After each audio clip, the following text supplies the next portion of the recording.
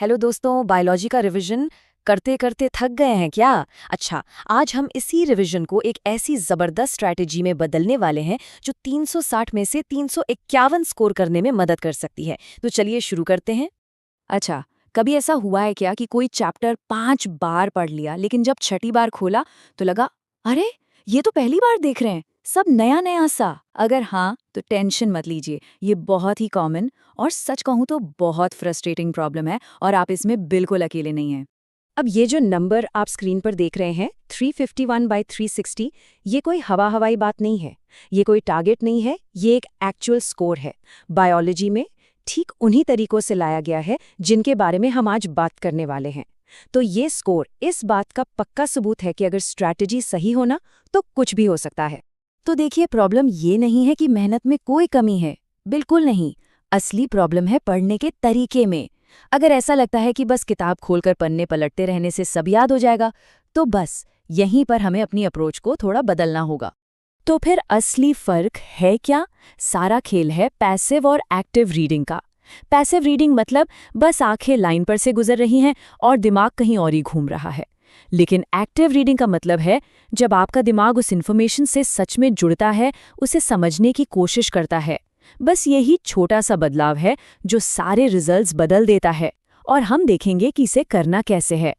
तो सवाल है, इसका सल्यूशन क्या है? सल्यूशन है एक बहुत ही प्रैक्टिकल 5 स्टेप वाला सिस्टम।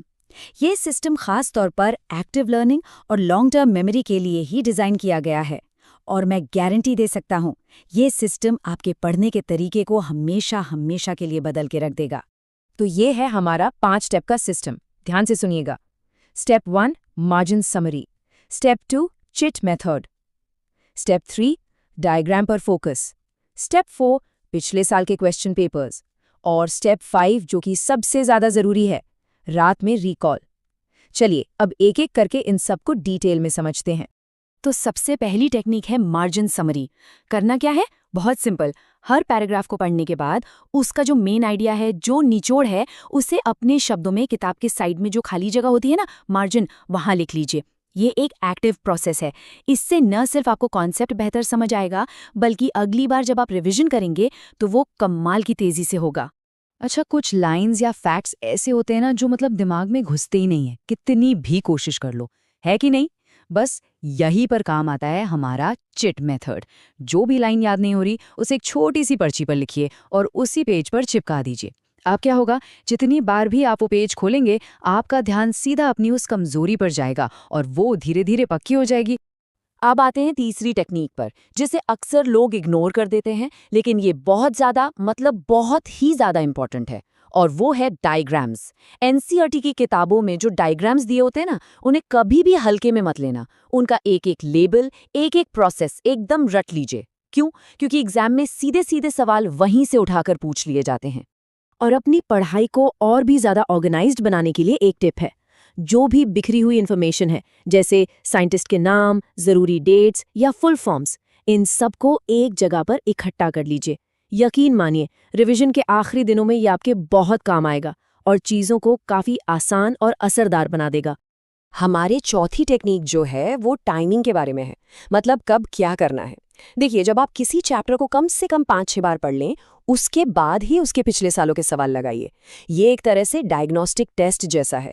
ये आपको शीशा दिखा देगा कि भाई देखो, तुम यहाँ पर अटक रहे हो, और फिर आपको पता चल जाएगा कि कहाँ और ज्यादा मेहनत करने की जरूरत है। और अब हम आ पहुंचे हैं अपनी आखिरी और शायद सबसे सबसे पावरफुल टेक्निक पर। ये वो स्टेप है जो सिर्फ जानने और किसी चीज में सच में मास्टरी हासिल करने के बीच का फर्क पैदा करता है।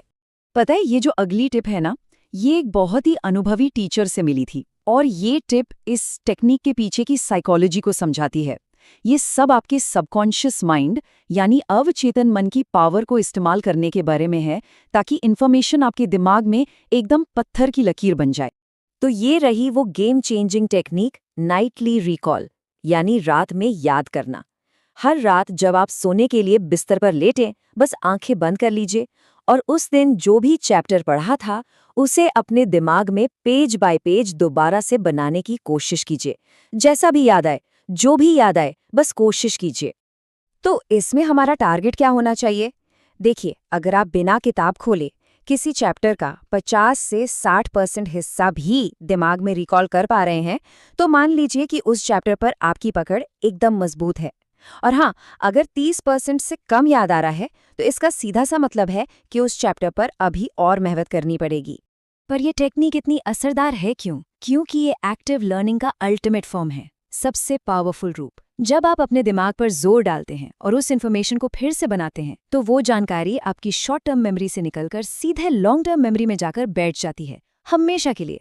तो मैं बस एक सवाल के साथ आपको छोड़ के जा रहा हूँ, जो आखिरी चैप्टर आपने पढ़ा था, उसका कितना % आप अभी इसी वक्त आंखें बंद करके याद कर सकते हैं?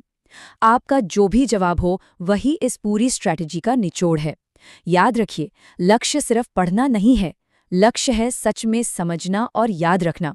तो इन तरीकों को आज ही आजमाइए और फर्क खुद महसूस कीजिए।